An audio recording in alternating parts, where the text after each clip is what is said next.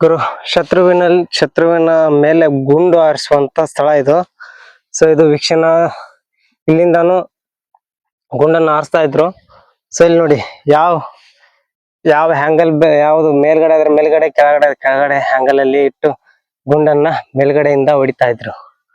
So ಇದು ರಾಣಿ ಚೆನ್ನಭೈರಾದೇವಿ 16ನೇ ಶತಮಾನದಲ್ಲಿ ನಿರ್ಮಿಸಿರುವಂತಹ ಬೃಹತ್ತಾದ ಕೋಟೆ.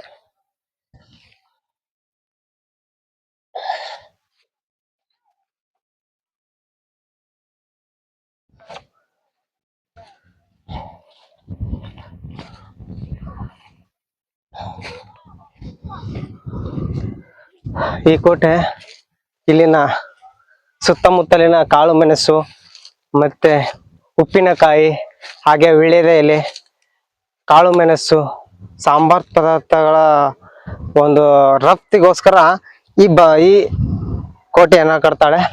ಈ ಕಟ್ಟಿದಂತ ಕೋಟೆಯ ಬಂದಂತ ಒಂದು ಏನು ಇದೆ ಅಲ್ಲ, ಎಲ್ಲ ಇಲ್ಲಿಂದ ಸೂರತ್ಗೆ ರಫ್ತು ಮಾಡ್ತಾಳೆ ರಾಣಿ ಚೆನ್ನಭೈರಾದೇವಿ.